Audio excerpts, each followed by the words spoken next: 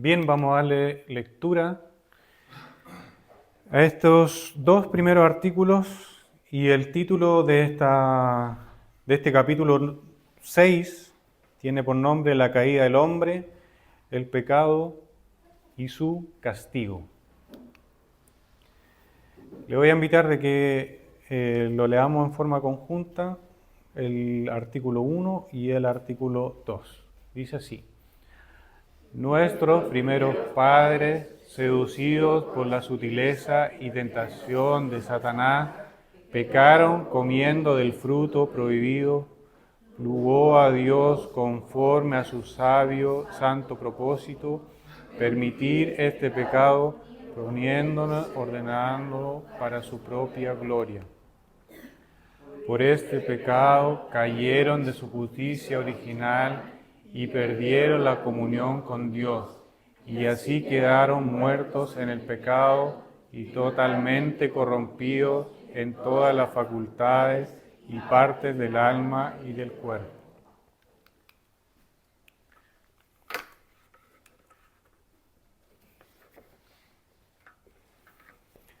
Entonces vemos acá este artículo que nos está hablando de la caída del hombre, del pecado, el pecado original, y también de cuál es el castigo de este pecado. Vamos a ver acá en estos primeros puntos cómo Adán y Eva fueron creados en un principio rectos y cómo ellos estaban en comunión con Dios. Ellos fueron creados perfectos, fueron puestos en el huerto del Edén y tenían una entera comunión y una comunicación directa con Dios. Pero, dice la palabra del Señor, que ellos fueron seducidos por Satanás, y acá habla de sutileza. Seducidos con Satanás con una sutileza de poder tergiversar la palabra de Dios. El enemigo de nuestra alma, el diablo, se les presentó como una serpiente astuta. Vemos en Génesis 3 cómo en forma sutil, en forma astuta, ella tergiversó lo que Dios le había mandado. Y le pregunta: ¿con que Dios os ha dicho no comáis de todo árbol del huerto?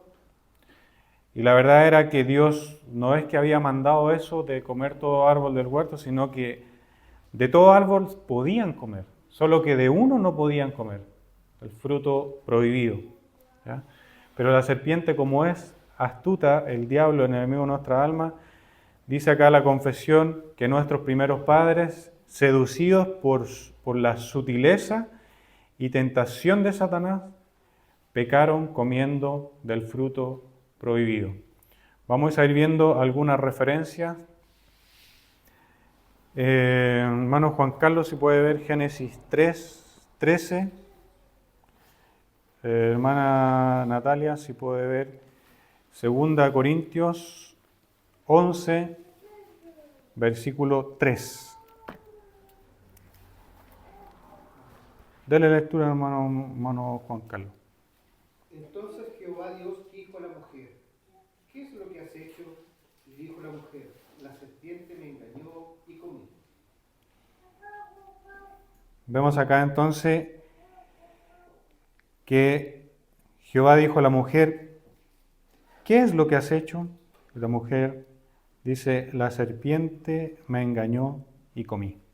Entonces acá está confirmando lo que la confesión habla, de que vino la serpiente en una forma sutil, tergiversando la palabra de Dios, mencionándole de que si comía de ese fruto no iba a morir, primeramente, y que también iba a tener el conocimiento de la ciencia del bien y el mal, y que iba a ser igual a Dios. Por lo tanto, acá el hombre, Adán y Eva fueron tentados por Satanás, pero de una forma sutil. Vemos que en la actualidad en ocasiones ocurre de que el enemigo de nuestra alma también, él presenta la tentación, pero no de una forma que nosotros podamos rechazarla de forma inmediata. No la presenta muchas veces como algo malo, sino que lo presenta como algo bueno. Sabemos que Él, como fue ángel de luz, y la palabra del Señor nos enseña que el padre de mentira y que es engañador, pretende que nosotros caigamos en esa tentación, pero la presenta con una forma sutil. ¿Qué dice 2 Corintios 11:3? Si puede darle lectura, hermana Natalia. Como la serpiente con su astucia engañó a Eva, vuestros sentidos sean de alguna manera extraviados de la sincera fidelidad a Cristo. Entonces acá el apóstol tenía la preocupación, ¿no es cierto?, que los hermanos que habían conocido esta verdad, habían conocido y te habían tenido una obra, tenía esta preocupación de que él temía de que como la serpiente con su astucia engañó a Eva, dice, vuestros sentidos sean de alguna manera extraviadas de la sincera fidelidad a Cristo. Entonces una advertencia que hoy día nosotros también tenemos, que dice que nuestros sentidos pueden ser extraviados de la sincera fidelidad a Cristo. Entonces la serpiente, mis hermanos, de una forma muy engañosa, hoy día también actúa. No es que haya perdido esa forma de actuar, sino que también puede, y lo hace el día de hoy, en esa forma astucia como engañó a nuestros primeros padres, también presentarnos delante de nosotros y poder engañarnos. Dice, primero comió Eva, viendo que era agradable a la vista, y luego le dio a Adán, quien también comió. Y ahí no nos vamos a detener un poco más en esto, sino solamente la palabra del Señor nos retrata que primero comió de este fruto Eva y luego ella le dio a Adán. ¿Ya? Pero la responsabilidad ¿de quién era? De Adán. Él tenía la responsabilidad. Antes que Dios creara a la mujer, Dios le dio la prohibición a Adán. Seguramente Adán le transmitió a Eva, posteriormente cuando estaba con ella, le transmitió continuamente, probablemente la palabra del Señor no nos menciona eso, pero él se encargó de transmitirle a Eva de que de ese árbol, de ese fruto no podían comer. Y el problema no es, más adelante lo vamos a ver, el problema no es el fruto en sí, sino el problema es que desobedecieron a la ordenanza de Dios. ¿Ya? Dice la palabra del Señor que ese fruto era deseable, era codiciable, era de un hermoso padecer. Notamos que el pecado no estaba en el fruto, sino en desobedecer a Dios. Y acá sigue la confesión, dice, plugó a Dios conforme a su sabio santo propósito permitir este pecado, proponiéndose ordenarlo para su propia gloria. Aquí la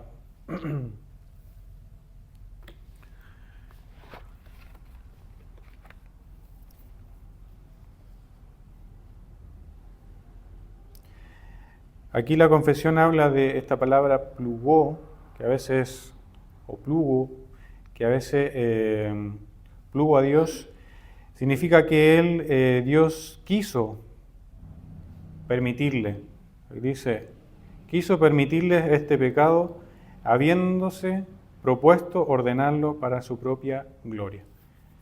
Vemos acá que Dios permitió la caída del hombre y siempre estuvo en su plan perfecto. A veces se nos quiere hacer creer de que Dios tenía un plan y que el hombre cambió ese plan, por lo tanto Dios tuvo que hacer un plan B y llevar y tener que entregar a su propio hijo para poder corregir esto que había pasado, no. Sino que Dios en su soberana voluntad permitió la caída del hombre. Ya estaba, siempre estuvo en el plan perfecto de Dios. Lo hizo según su sabio consejo y también lo hizo con un propósito mayor. Dentro de ese plan está también el plan redentor. Y aquí lo vamos a tocar como una pincelada, que significa que Dios, no significa, como vimos la semana pasada, que Dios sea el autor del pecado, sino que Él gobierna soberanamente. Y vamos a ver acá que nada ocurre fuera del control de Dios. Pero primero vamos a ver una referencia. Hermano José, ¿podría darle lectura a Romanos 11:36?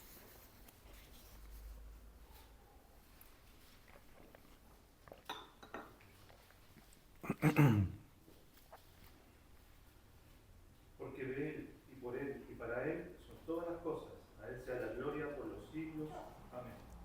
Amén. Entonces acá la confesión nos muestra y dice que permitir este pecado proponiéndose ordenarlo para su propia gloria. Entonces acá vemos que dice, porque Él y por Él y para Él son todas las cosas, a Él sea la gloria por los siglos. Amén. Entonces el Señor todo lo hizo, todo lo creó, todo lo que Dios hace, ya sea su creación, incluso la caída, lo hace para su propia gloria. Todo lo hace para su propia gloria. Incluso la tragedia, porque fue una tragedia, ¿no es cierto?, la caída, está, como vimos, dentro del plan redentor de Dios. Seguiremos viendo, el segundo punto dice, porque por este pecado cayeron de su justicia original y perdieron la comunión con Dios. Y aquí voy a pedir que me ayuden con algunas referencias. Cintia, ¿podés ver Génesis capítulo 3, versículos 7 y 8? Germán, Eclesiastés capítulo 7, versículo 29. Hermana María, Romanos capítulo 3, versículo 23.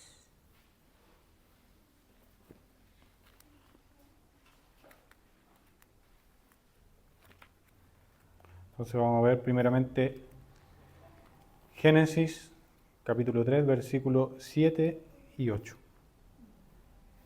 Entonces fueron abiertos los ojos de ambos, y conocieron que estaban desnudos. Entonces cosieron hojas de higuera y se hicieron delantales.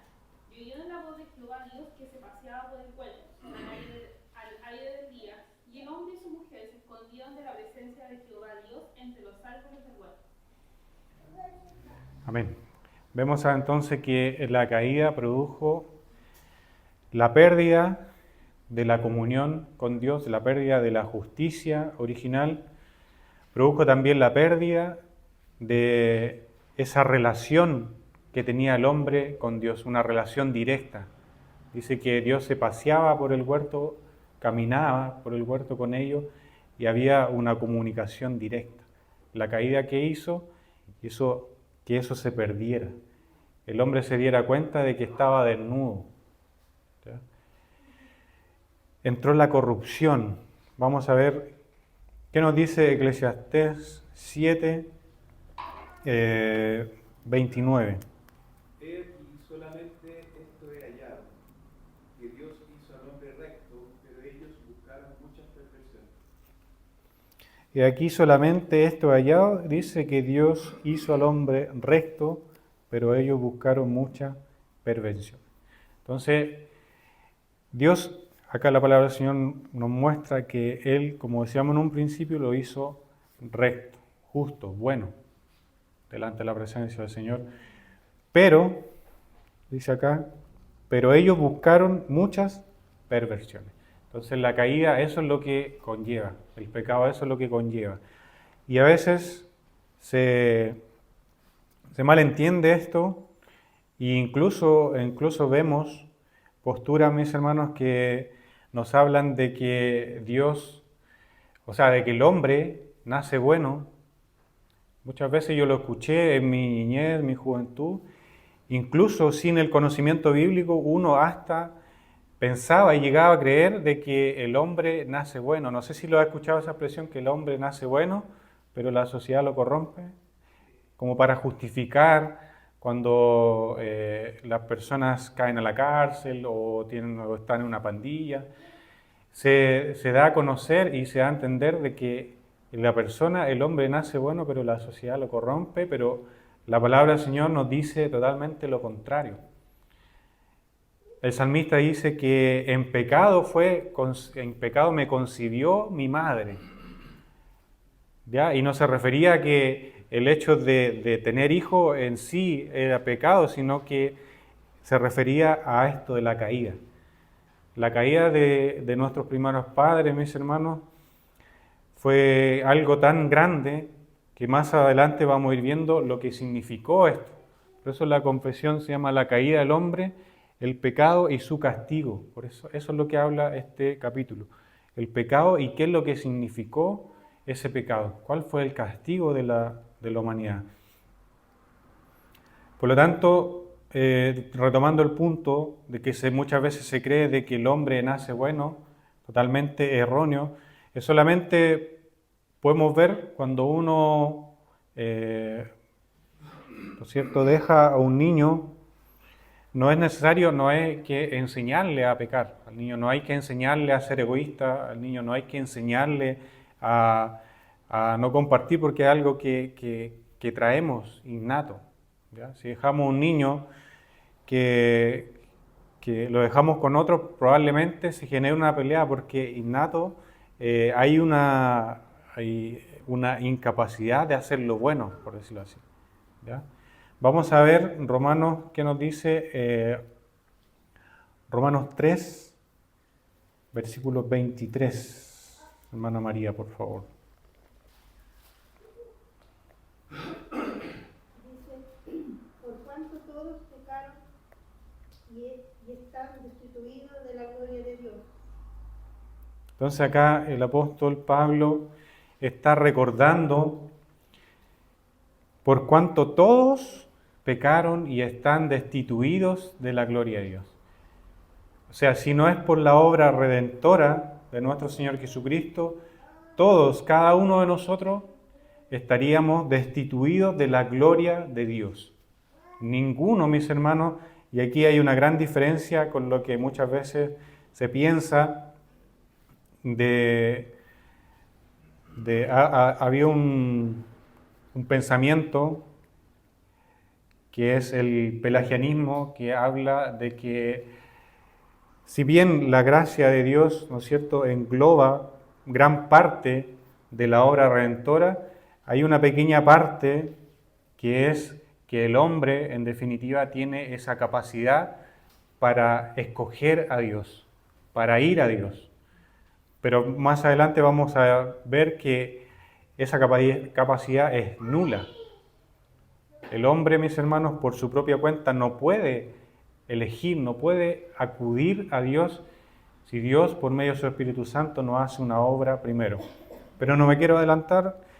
Vemos acá en este punto que la caída produjo la pérdida de la justicia original. También vemos que esta misma caída produjo la pérdida de la comunión con Dios y también se perdió la inocencia que tenía inicialmente cuando la palabra habla de que ellos se vieron desnudos. Había una inocencia. Ellos estaban desnudos, pero ellos no sabían que estaban desnudos porque no habían pecado. Por lo tanto, esto produjo la expulsión del huerto del Edén. La expulsión del huerto del Edén.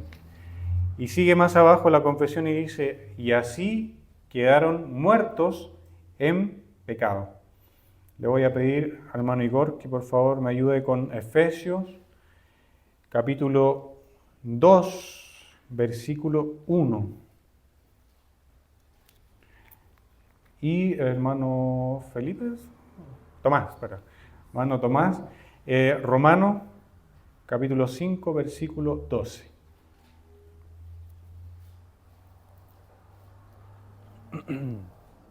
Hermano Igor, por favor. Efesios 2, 1. En otro tiempo ustedes estaban muertos en sus transgresiones y pecados. Gracias. Voy a repetir, dice, y Él os dio vida a vosotros cuando estabais muertos en vuestro delito y pecado. Dios, por medio de su Espíritu Santo, Él nos dio vida, nos hizo renacer cuando estábamos muertos en delitos y pecados. Siempre se nos enseña de que un muerto no puede hacer nada. Un muerto está muerto, nosotros estábamos muertos en delito y pecado. Cuando el Señor nos dio vida, ahí nosotros podemos correr o acudir o tomar la decisión, como se dice. Pero un muerto no puede tomar esa decisión. ¿Qué nos enseña Romanos, capítulo 5, versículo 12, hermano Tomás? Por tanto, como el pecado entró en el mundo por un hombre, y por el pecado la muerte, así la muerte pasó a todos los hombres, por cuanto todos pecaron. Gracias. Por tanto, dice, como el pecado entró en el mundo por un hombre, y por el pecado la muerte. Así la muerte pasó a todos los hombres por cuanto todos pecaron. No negó. Es súper importante este punto porque hay una tendencia errónea teológica que dice que el hombre no está muerto, que el hombre puede responder a la voluntad de Dios. Y aquí estos versículos nos van a dejar claro de que el hombre no puede porque está muerto. No hay ninguna posibilidad si Dios no lo habilita, si Dios no abre el corazón del entendimiento o hace esa regeneración por la obra del Espíritu Santo. Es súper importante porque hay gente afuera que le dice, no, tú confía, tú tienes que creer, tú tienes que esto. Y al final, nada, eso sí, porque a mí me pueden estar hablando todo el día de la Biblia, ¿no? Me pueden estar dando todos los versículos, pero si Dios no vea algo en mí, no me habilita, no puedo creer, aunque yo quiera creer. Y ahí está la diferencia que teológicamente definió Juan Calvino. Hay una fe salvadora y hay una fe humana. Todos tenemos la fe humana, todos allá afuera, todos tienen esa fe. Si yo tomo un avión, yo tengo fe que voy a llegar al otro lado. Eso es una fe humana. Y esa fe humana se quiebra. Pero la fe salvadora es aquella que hace, por medio del Espíritu Santo, esa regeneración en mí y me permite creer. Esa muerte que estábamos hablando aquí desaparece, porque vuelvo a nacer. Por eso se llama nuevo nacimiento. Y ahí vuelvo a pensar, vuelvo a tener conciencia de Dios, porque antes no la tenía y ni me interesaba. Y esa es la diferencia de los religiosos y los verdaderos creyentes. Los religiosos se llenan, pero de verdaderos creyentes son pocos. Porque para habilitarlo a creer, por eso por medio de un solo hombre, ¿quién era este hombre? Adán. Por Adán entró la muerte. Y tenemos ese pecado, lo cargamos, como dice el hermano muy bien, citaba ese texto de David, pero mi madre me concibió En pecado. Todos nacemos en pecado. Pero usted le enseña el Evangelio a alguien y la gente dice, no, yo soy bueno, como decía él, yo soy bueno, como buena obra. No, porque naciste. Naciste en pecado. Y no hay nada que te pueda alabar. No lo puedes comprar, claro. lo puedes adquirir. Pero Dios te lo puede regalar por gracia. De eso hablaba el pelagianismo. Incluso después salió la tendencia de semi-pelagianismo, que menciona de que el hombre, bueno, Pelagiano mencionaba eso, de que el hombre tenía la capacidad absoluta de ir a Cristo. Y después el semi-pelagianismo mencionaba de que el hombre tenía esa capacidad, pero también actuaba la gracia. Entonces vemos que a la luz de su palabra, ninguno tiene esa capacidad. Incluso quiero leerle acá, refutando también este mismo tema, en cierta oportunidad Agustín de Hipona, él hablando de la incapacidad del hombre para venir a Cristo, lo explica muy bien y dice, cito textual, que antes de que una persona venga a Cristo, Dios obra de manera unilateral, monergista, independiente y soberana, cambiando el alma del pecador, restaurando al pecador de la prisión, de la esclavitud moral, por la cual por naturaleza él está muerto de sus delitos y pecados. Y en ese estado de muerte espiritual es moralmente incapaz de levantarse a sí mismo, por lo que Dios tiene que venir y respirar nueva vida espiritual y poder en el alma de esa persona. Y usando el lenguaje de Pablo para sacarlo de un estado de muerte espiritual y producir fe en el corazón de la persona antes que esa persona tenga el poder de venir a Cristo. O sea, es decir, la persona viene voluntariamente a Cristo solo si Dios, a través de su Espíritu Santo, hace primero la obra regeneradora en la persona, solo por la gracia soberana, y pasa de una muerte espiritual a una vida espiritual. No sé si se entiende esa figura. Hermano Gerson. Sí, yo creo que más de algunos se acuerdan que hay un corito que dice: he decidido seguir a Cristo. Entonces, No vuelvo atrás. eso. Entonces, esto que estamos estudiando acá nos va a llevar a pensar y reflexionar si efectivamente es correcto lo que estamos diciendo cuando cantamos eso. Si realmente uno tiene la capacidad de decidir ir a Cristo. Al menos lo que estamos viendo acá, en la caída, en el estado de muerte, para el hombre es imposible. O sea, si lo vemos desde esa perspectiva, para el hombre es imposible decidir ir a Cristo.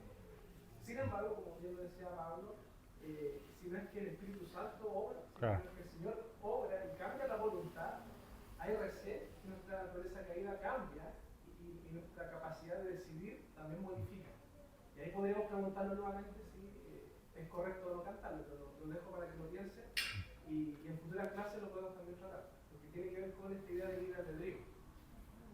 Claro.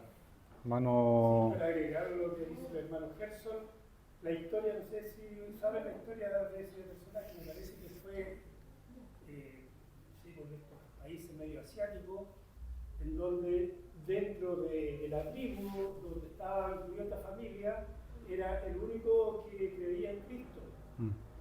Y para ellos era el enemigo, por lo tanto agarraron a toda esta familia y empezaron a matar uno a uno, y este personaje empezó a cantar esa canción. Entonces al final mueren todos, pero esa canción le quedó grabado a la tribu y al final, por lo que cuenta la historia, no sé si es verídico o no, se convirtieron en la tribu. Entonces ahí tiene, claro, si antes de conocer a Cristo no lo puedes seguir, pero después que conoce a Cristo, que Cristo está en nosotros, hay una decisión firme. Palabra, podemos decidir. No sé si... Mano Igor. Pero eso también está en el texto de los evangelios cuando Nicodemo va a Jesús. Le dice: ¿cómo puedo seguir? ¿Cómo puedo? Y él le dice: pues tienes que nacer de nuevo. Y Nicodemo piensa, siendo un maestro de la ley, siendo un hombre prestigioso, salido, educado, y le dice: ¿cómo volveré al vientre de mi madre y nacer? Y Jesús le responde muy bien: lo que es nacido de la carne, carne es. Y lo que es nacido del espíritu, espíritu es. Justo para allá íbamos. Y es la principal doctrina de reformada. Calvino definió los 5 puntos específicos. El primero es este: la depravación total del hombre, o sea, la muerte. No me haga spoiler. Ese árbol que todo en el mundo dice era una manzana, y ese fruto era del bien y del mal, abrió los ojos, afectó al hombre. La muerte no era corporal, no era natural. La muerte que habla en Génesis era la muerte espiritual. Esa fue la que cayó el hombre. Por eso, después un montón de textos para decir que la palabra del Señor para el hombre natural es locura.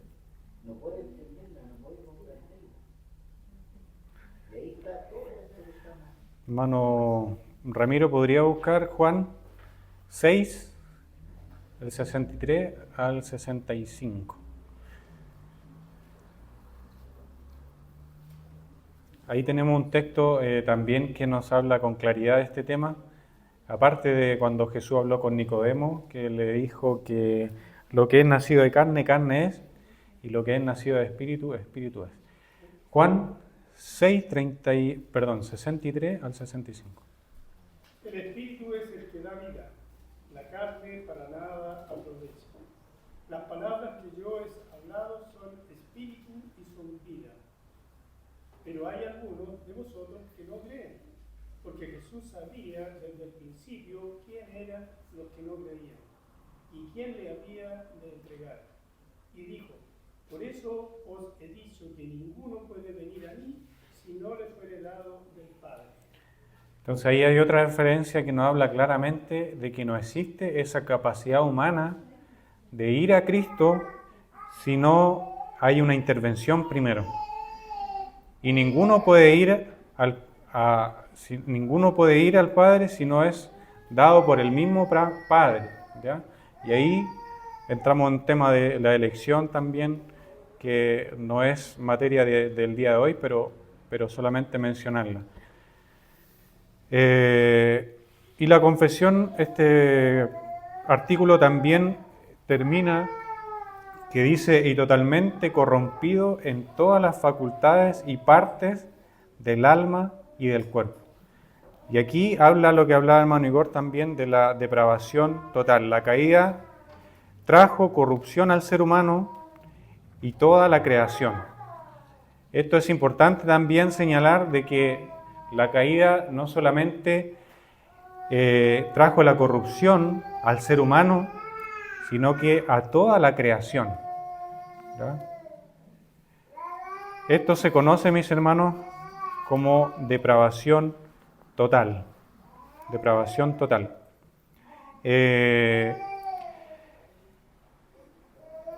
El pastor teólogo R.C. Sproul le llamó también a esto como corrupción radical. Corrupción radical. Y esta palabra radical tiene su origen en latín, de que viene de la palabra raíz. Tiene su raíz en la palabra raíz. En la palabra rodex, se escribe radix. Y se puede traducir también como el núcleo. Corrupción radical. Es decir, algo que se impregna en la esencia de la cosa, en el núcleo. No es algo superficial, sino que penetra el punto central, el núcleo del objeto. Solo Dios puede cambiar ese núcleo. Vemos que la depravación total afecta la mente de la persona, afecta la voluntad, afecta las emociones, afecta el cuerpo. Sabemos que llegan las enfermedades, lo que hoy día se conoce como enfermedades mentales, ¿ya? Enfermedades del cuerpo, las emociones, la voluntad, todo está afectado por esta depravación total, por esta corrupción radical. No sé si esa palabra, hermana Juanita. Hermano, ¿por qué el término es tan fuerte de depravación? Así es, la palabra del Señor nos dice, y como los versículos que hemos estado viendo, de la caída, lo que produjo, por eso el tema se llama el pecado y su castigo. Es un castigo. Lo que produjo el pecado es algo tan terrible, la depravación. Por eso el término depravación total o corrupción radical es algo, uno podría llamarlo como algo fuerte, pero es realmente así. Es realmente así. Eso produjo que la humanidad entera se corrompiera y todos tuviéramos, como por decirlo, todos tuviéramos la opción, o la única opción de una condenación eterna. Eso es algo tan grande que nosotros todos íbamos hacia la condenación eterna si no es por la obra redentora de nuestro Señor Jesucristo. Por eso que si uno lo ve de esta forma, el pecado llegó a tener tal corrupción, tal depravación. Si uno lo mira de esta forma tan terrible, tan grande, si uno lo mira de esa forma puede ver la buena noticia, puede ver la obra que realmente nuestro Señor Jesucristo hizo. ¿Ya? Gerson. Sí, etimológicamente la palabra depravación como que significa como el impulso a corromper las cosas. Quizás para nosotros en el español la palabra es como más fuerte, pero eso es lo que significa, o de ahí viene esa de arruinar las cosas. Claro. Es como una voluntad a hacer las cosas mal o tergiversarlas. Y es lo que pasa hoy en día, o sea, pongámonos a crear un sistema, dejamos puras personas y lo dejamos funcionando, ese sistema se va a corromper, se va a echar a perder. Sí. Pongamos a personas a gobernar o a liderar el ministerio, por más que tenga muy buenas motivaciones, muchas cosas así, se va a corromper igual y van a hacer cosas malas igual. Y eso apunta a la depravación. Esa inclinación, esa capacidad del hombre, del ser humano, a echar a perder las cosas. Y hay un ejemplo muy claro que me gustaría, no lo voy a representar de todo, pero por ejemplo, si a este vaso con agua yo le echo una cuchara de veneno o más, o por ejemplo de algún tinte, de alguna sustancia de color, si yo le echo acá, toda el agua se corrompe. No existe nada que no esté corrompido por ese veneno o por esa sustancia de color. Si yo le echo una sustancia azul, todo el agua se va a transformar en un agua azul. ¿Ya? Eso es la depravación total. Y vamos a ver... Para lo que dice la RAE sobre el trabajo, para que a lo mejor ahí nos quede más claro, dice viciar, adulterar, pervertir. Entonces, lo que pasa es que necesito avanzar porque la hora va cortito, mi hermano.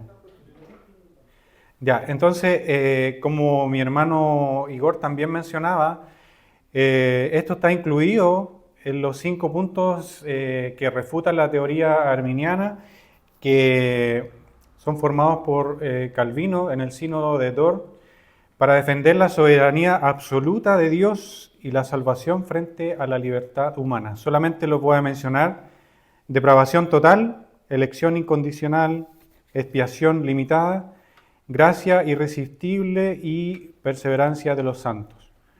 Eso es el famoso TULI, que se conoce, que es las siglas en inglés. Y para comprender básicamente y a grandes rasgos esta doctrina de la depravación total, puede ser útil entender primero lo que no es. Para poder comprender esto, vamos a ver lo que no es. Contrariamente al malentendido común, la doctrina reformada de la depravación total no enseña que los seres humanos sean tan moralmente corruptos como podrían serlo.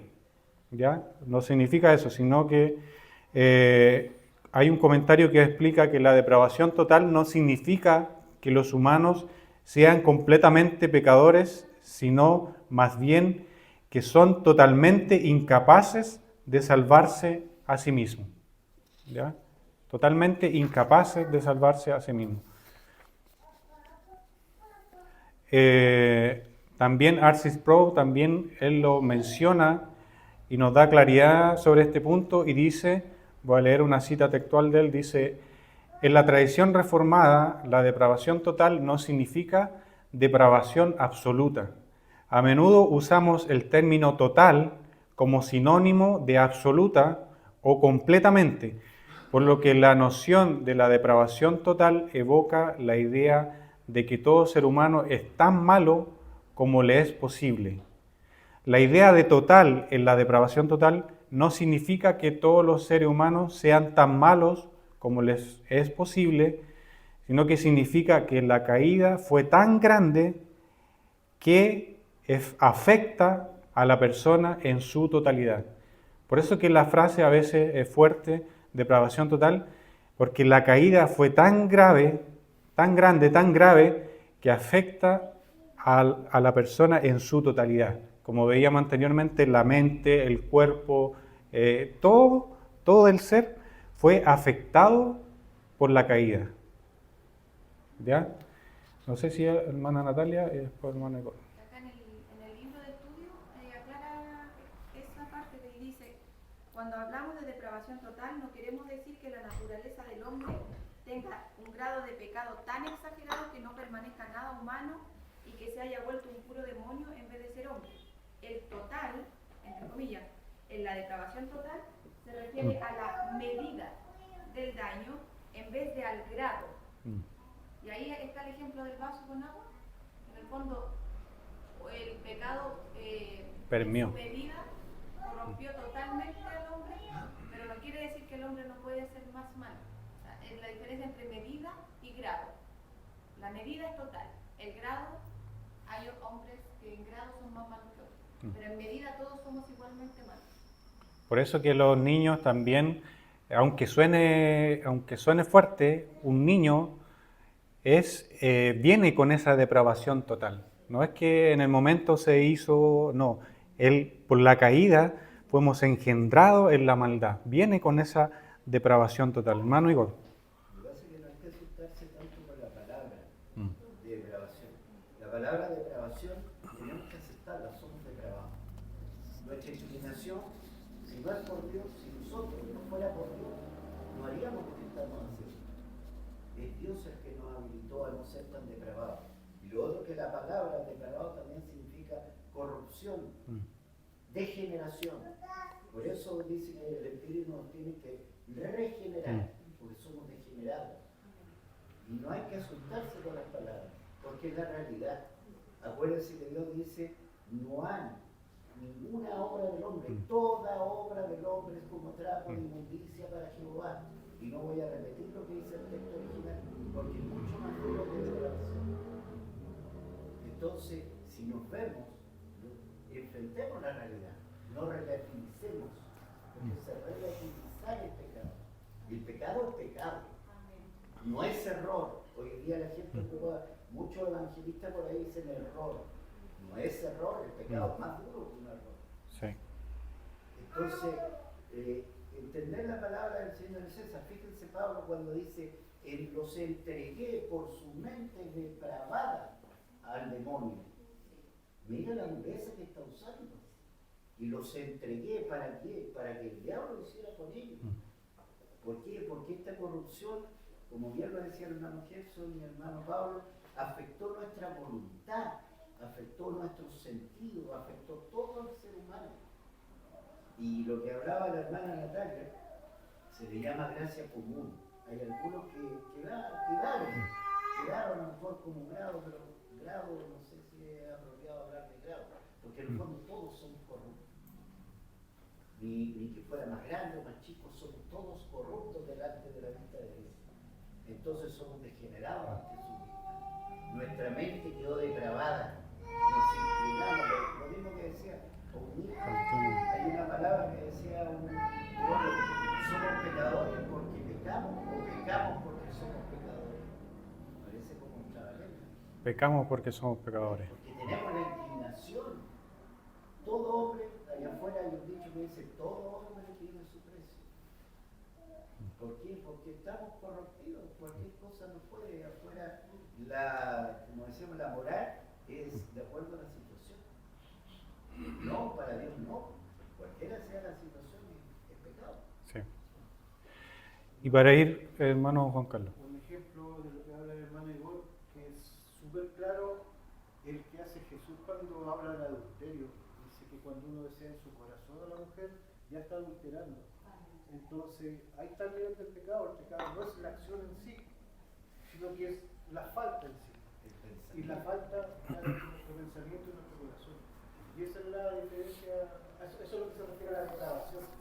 No hay una diferencia en el acto, que es, ahí está el grado que decía la hermana, pero también está el pecado como tal. Y ahí no hay diferencia. Somos depravados, nos guste o no nos guste. Y por eso tenemos que tener comunión con Dios para que a través de ello podamos bajar.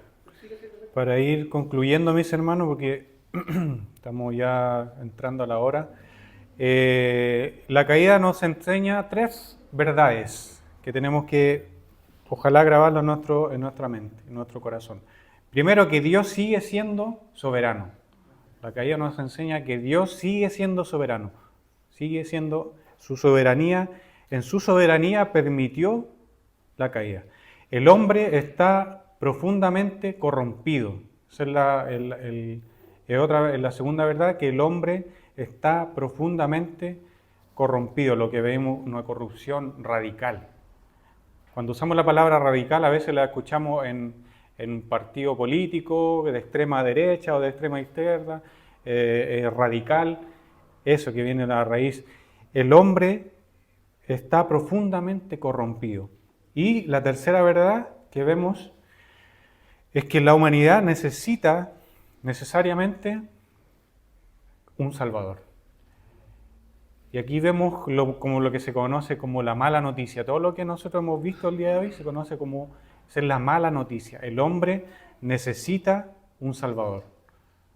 Pero hay una buena noticia que es lo que vamos a ver más adelante, pero solo quiero mencionarla. Bárbara, si puedes, por favor, buscar Romanos, capítulo 5, versículo 19.